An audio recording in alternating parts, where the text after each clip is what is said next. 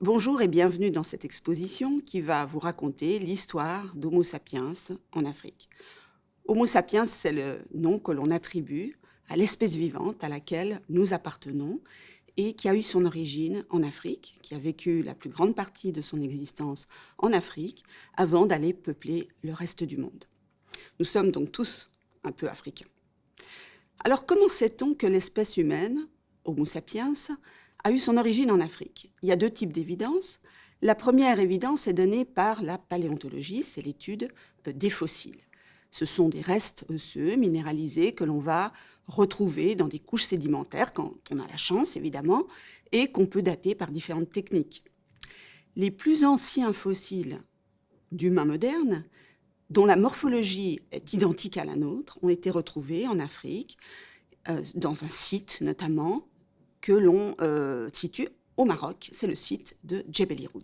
Et vous avez ici le fossile de Djebel Irhoud. Ce fossile, évidemment, celui-ci est une copie. C'est celui que vous retrouvez dans la vitrine qui se trouve derrière moi. Il est âgé de 300 000 ans. Il présente une anatomie de la face complètement moderne. Et comme il est très ancien, on note quand même un certain nombre de traits un peu plus archaïques, comme par exemple un crâne qui est relativement allongé.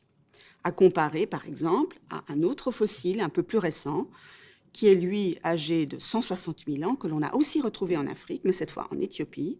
C'est le fossile de Herto, que vous avez également dans la vitrine. Et vous voyez que le crâne est beaucoup plus bombé. À côté de la paléontologie, on a les évidences de la génétique.